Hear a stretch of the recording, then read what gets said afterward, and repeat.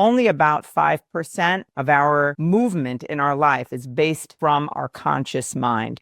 Primarily, all of our actions are based from the fuel of our unconscious mind. Understanding that has the power to change every single aspect of your life. Financially, emotionally, spiritually, logistically, in terms of your family, your relationships, your social life, and how you have fun. The whole truth is that we have so much going on inside of us. When we want and long for something, very often there's this underbelly thing that is also resisting that thing. So you want to be aware of your resistances.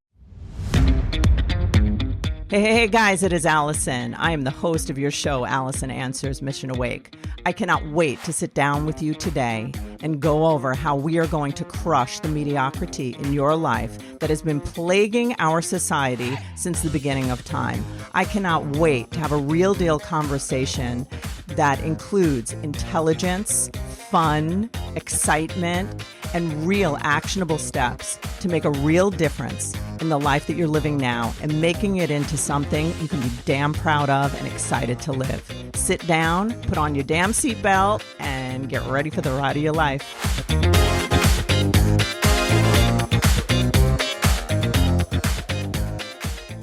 Hey, guys, how are you today? It is Alison from Alison Answers and Logger Counseling Services. What is one belief system that you know that if you let go of it today, that your life will change? So I'm going to give you some examples. I'll give you different ones that I hear here at Logger Counseling Services and also just ones that I've had or I hear people having. You'll start to become very astute and hearing the beliefs that are running your life kind of underground. You want to remember something very, very important. Only about 5%, the exact percentage, we're not 100% sure on, but let's say about 5% of our movement in our life is based from our conscious mind. Primarily, all of our actions are based from the fuel of our unconscious mind. Understanding that has the power to change every single aspect of your life. Financially, emotionally, spiritually, logistically, in terms of your family, your relationships, your social life, and how you have fun. So let's just look at some beliefs. So what is a belief in your life? Just think of one that you know that if you stopped and you looked at it and you stopped believing it and you noticed how it is impacting your decisions, which then is impacting the results of your life. What is one that if you stopped following that belief, or you even if you shined a light on it, that starts to stop it. Once you become aware of something, it has the power to stop. Awareness is the first step in change. Awareness, acceptance, then action.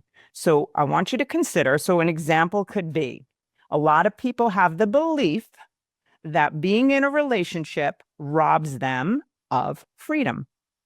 So think about it. If you believe it, this is a very, very big societal myth. People believe that if they enter into a relationship, they get married, whatever it is, you hear people say ball and chain and all that shit, right? Think about it. Do you believe that? Is there a part of you? So there's all these different things that human beings, including me, every one of us, we want certain things. So people will want a soulmate. People will want a different job. People will want a certain amount of money. But they do not realize that there's another part of them unconsciously. So you may be doing all these different things to obtain the thing that you really, really want. And when you're doing that at the same time, there's an unconscious source. It's a blueprint.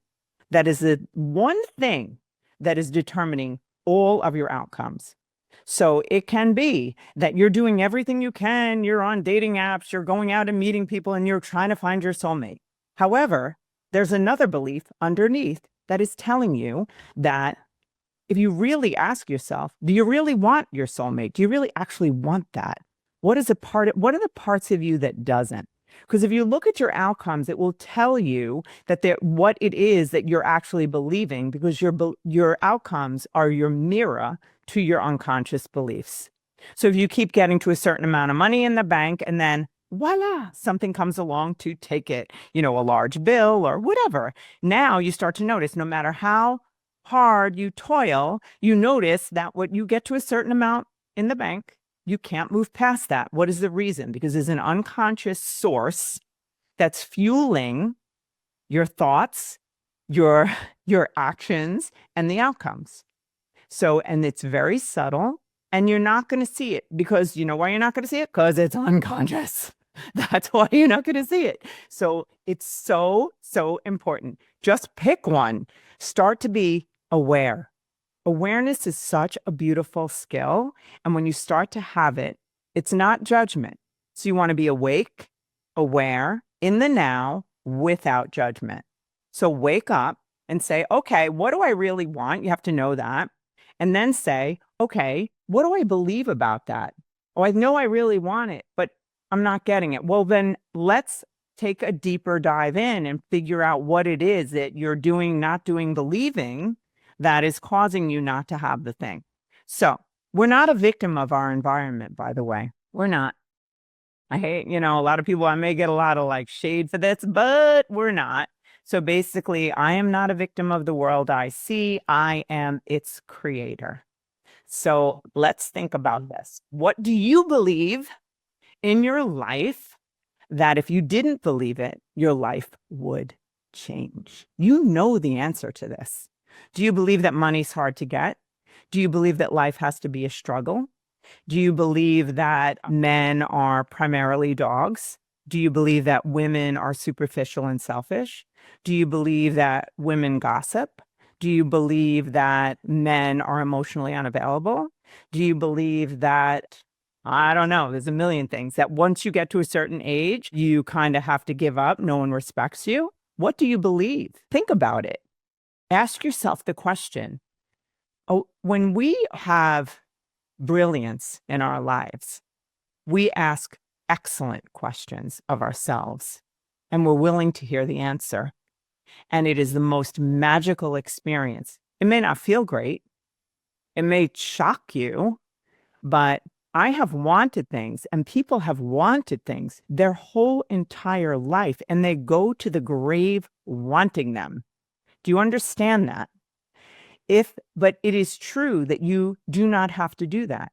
You can make a decision to have the thing, keep your eyes, keep your vision on that thing, as long as it's aligned with your DNA and who you're meant to be, your spiritual DNA, and you align yourself with that vision, believe me, and then you be the person who receives that thing and you identify the beliefs that are blocking it. So, for example, one of the things that I did that changed the course of my life, which are many, many things, but one is I took a real inventory of my belief system, all of my belief systems, and I regularly do it. And on a daily basis, if I notice that I have some blockage, I'll say, what do I really believe about this? Not the surface belief. What am I afraid of if I have this thing? What is it? What part of me doesn't want it? You want to know that part. That's a part maybe you don't want to admit. And you're like, no, I really want this thing. But no, you know what? Honestly, and people pray to win the lottery. I used to pray to win the lottery. And as I prayed to win the lottery, there was another part of me that was so afraid that if I won the lottery, wait a minute, am I going to stop helping people? Will I stop building logger counseling services and making an impact on this earth? And then I would say, oh, no, I would continue to do that.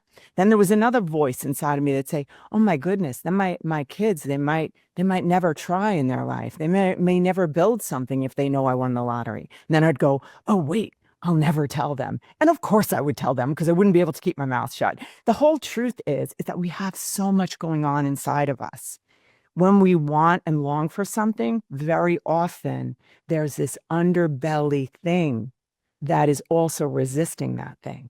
So you want to be aware of your resistances. People are often talking about, and David Guillaume talks about this. I love it. And I've always believed this. If you really know yourself and you take an inventory.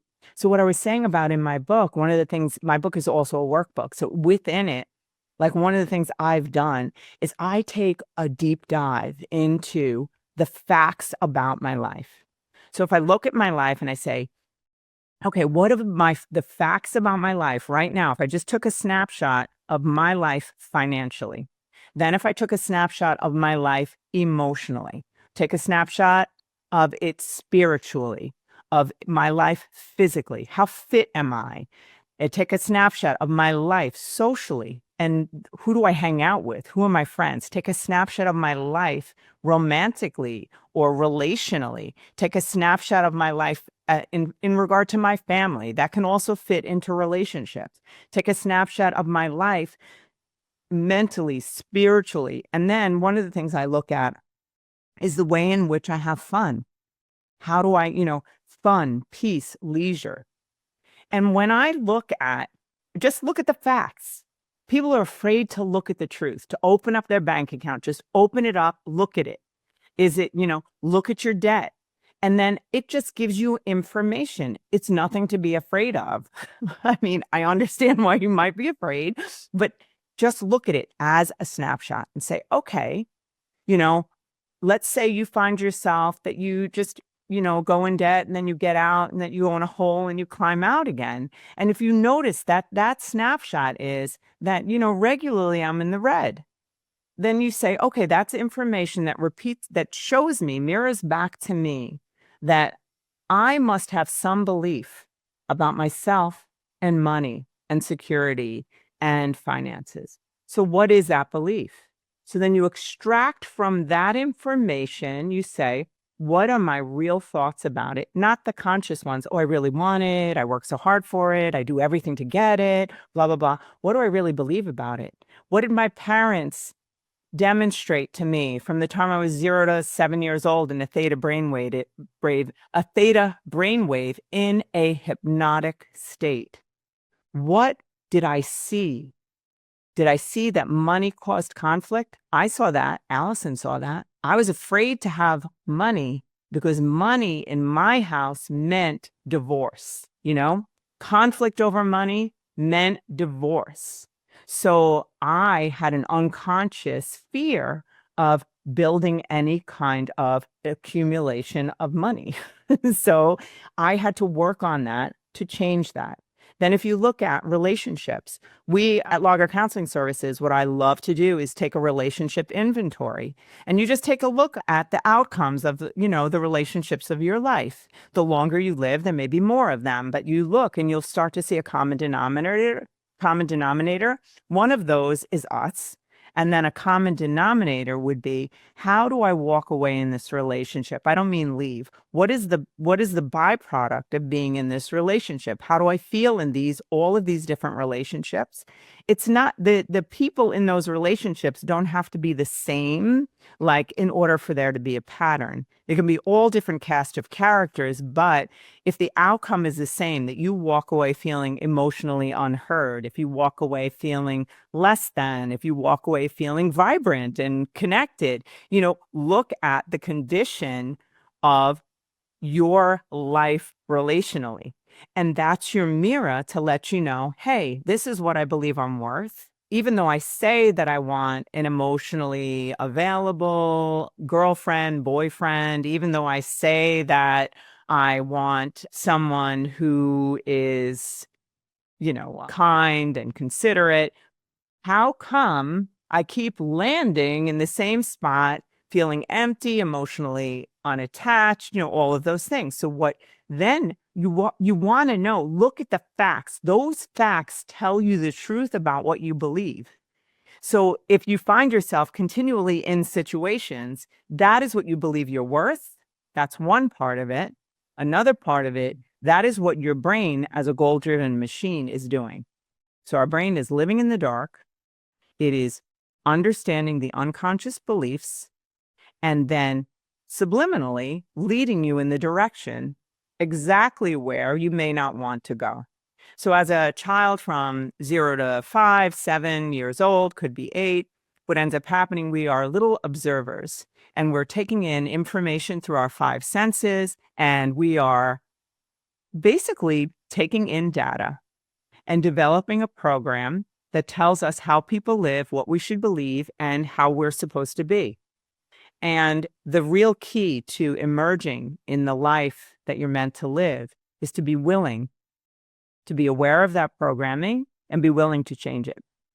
Be willing to do the actions, because once you see something, then to ask the question, is this something that I actually believe? Do I actually believe? I cannot even tell you guys how much we hear. And if you just listen on social media, just listen to what women are saying about men, it's almost criminal. Just like women believe, not all women, because I don't believe this.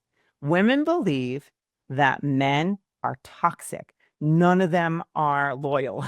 None of them care about them, that they're all, players, that that dating is impossible. Like there are these strong cultural beliefs that women, it's this incredible, I don't know, it's almost like a movement suddenly. Oh, those dating apps, like, and people talk about it, they don't see any good. And I am certain more than anything that men, there are tons of men who are good, honest, they care, they love fiercely, and they want one woman, and they're not into cheating and all that stuff. But women are being programmed from being hurt, from different experiences, from a cultural movement, and like the pulse that is kind of the water they're swimming in, the pool they're swimming in, that they all are just agreeing with one another and saying, I'm better off single. And you know what? It's a movement of separation. It's a movement of ill content. It's a movement of adversarial relationships. And I believe that if you've tasted that a relationship does not have to be adversarial, and we're not meant to have that, or if you've watched it when you were growing up and it's just what you've learned and believed, maybe you heard from your mother or your father. A lot of men will also say, all women want is money. And there's plenty of women who have their own money, and that's not what they want. But there are women who are out there who, just want to go out to dinner and get money, but that's not all women. So ask yourself, what am I believing today that's blocking my dreams? What am I believing today that's taking me off course over and over and over again? Hey, guys, how are you? Isn't that amazing? This story that we're hearing on this show is great. I want to just give a shameless plug of my book. I would really want people to have a good look at my book and to understand what it really is. I used to be ashamed to plug my book, and then I realized, how is that right, to keep the information, the 30 years of experience that I have, the 8 years of education, the trauma that I grew out of and learned how to manage, and how to manage emotion, all the training I've had in neuroscience and quantum physics. How can I keep that from the public? So it's not, I used to think it was like something I should, be humble about, but being humble is silly when you're keeping things away from people that they need. So what I want to tell you about my book, and I hope that you do get it, because I think it will really help you. I've gotten a lot of tremendous feedback about my book, and that it's really, really of great value to a lot of people. And what it is, it's an interactive read, and there's inside of it, there's journal entries. So as I'm teaching and going through the book and teaching you how to create the life you want by understanding how you're wired, how your thoughts, feelings, how your words, how thoughts are things, and the neuroscience behind it, and how we are programmed from the time we're 0 to 7 years old to live a life of mediocrity, or a life of poor design because of meaning that we attached to events when we were children that just became our programming. What I want to tell you is that there is a way out, and it's a simple way. It's very simple. I believe in the simplicity and the grace in healing, and that it doesn't have to be a big work. So I would love it if you'd get my book. It's a best-selling book on Amazon, and it's my first, and I encourage you to get it. It's called The Wake Up Call, an interactive read for building the life you want. I don't think you'll be disappointed. Thanks so much for being on the show, and let's get back to it. When you find yourself, I talk about in my book, and when you find yourself like, hey, I just plugged in the navigation system, that I'm going to drive to California, and you get in the car and you start driving, you drive all the way to California, and you open your door, and you find out you're in, I don't know, Mississippi, some other place. And you're like, wait, I don't understand. I did everything. I drove, I was focused. I punched it in the navigation. I knew where I was going. This is what I planned and this is what I wanted. And now you're in Mississippi. Well, the reason that you're in Mississippi is because the navigation system is programmed differently. And that's what you really want to understand, that it's not your fault, and it's in spite of your, I'm sure your efforts are great. And I've spent a majority of my life like that. And if I could speak to my younger self, that I just wish someone told me what I'm telling you, that, when you just in your 20s, when you just keep making relationship mistakes and all these like crazy things, you don't know how to save money, just all the things, or even younger, all this stuff, that if we just knew that if we recreated our belief system, and that's also, we're rewiring our brain. This is science. It's a neurological fact. It's a quantum physics fact. But what has happened over the course of time, and I'm not exactly sure the reason, I have my suspicions, but the idea of real truth and real science about our thinking and about our mind and our unconscious mind and all of that has been showcased as, everybody calls woo-woo. But, I would go even further. When you see something that's, these are very, very astute and scientifically logical principles, and they're backed by real science that shows the power of the mind and the thinking and the unconscious mind, and how its incredible influence on our outcomes. But we have been conditioned. So this is the interesting part. That's another thing we have to recondition ourselves for, is that we have been conditioned to see that as weird, and we've been conditioned to see things that do not make sense through our five senses, to see that as unintelligent, woo-woo, kind of like somebody with very messy hair, no job, who's hugging a tree, and smoking weed, and got a blunt lit back of their truck or something, basically, or whatever. Like somebody who's just like has flowers in their hair. Not that there's anything wrong with any of those flowers or anything, but my point is, it's that there's a lot of propaganda. There's a lot of ways that, and I don't even necessarily mean, I think there's intentional propaganda, but besides that, there's also just natural ways that people believe that we collect along the way. And I want you to really think about, what have you, as an individual, what have you collected along the way about marriage? What have you collected along the way about your gender and the opposite gender? What have you collected along the way about work? What belief have you collected when it comes to happiness, having fun? What belief have you collected along the way when you see a grown adult singing and dancing on the beach by themselves? Have you collected a belief that that's weird? I know I have. I was at the gym. I saw a girl. She was having such a great time. Just beautiful. Having such a great time on the bike in her own head. She was totally fit, and she was dancing on the bike. And honestly, I want to do that. When I'm working out and I'm listening to music, I got a great jam, I want to go crazy. But we're taught, we've been given an influence that stifles us. I've heard so many men, if you ask them, like, how do they see a woman? Like, what's really feminine? A woman, and with music, think about this for a minute.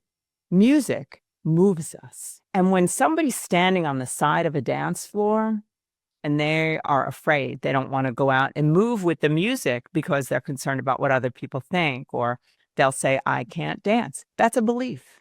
Because what is dancing? We have an idea of dancing, that somehow you have to have a certain way that you dance or move with music that is acceptable to society.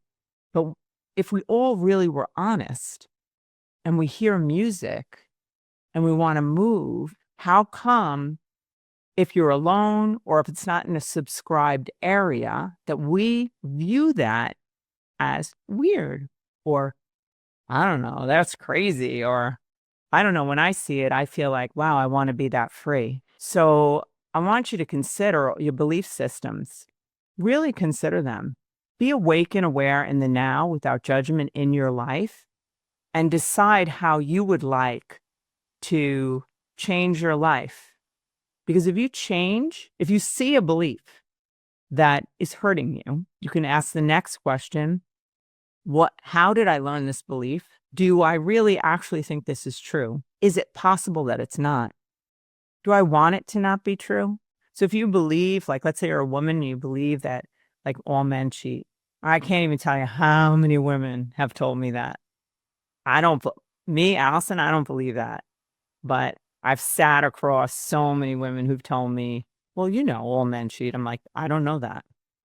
Well, how, boys will be boys. I'm like, no, I actually don't know that. So if you're knowing something that is harmful to your life, what would it be like if you didn't know that? Oh, then you're in danger. Then someone will take advantage of you.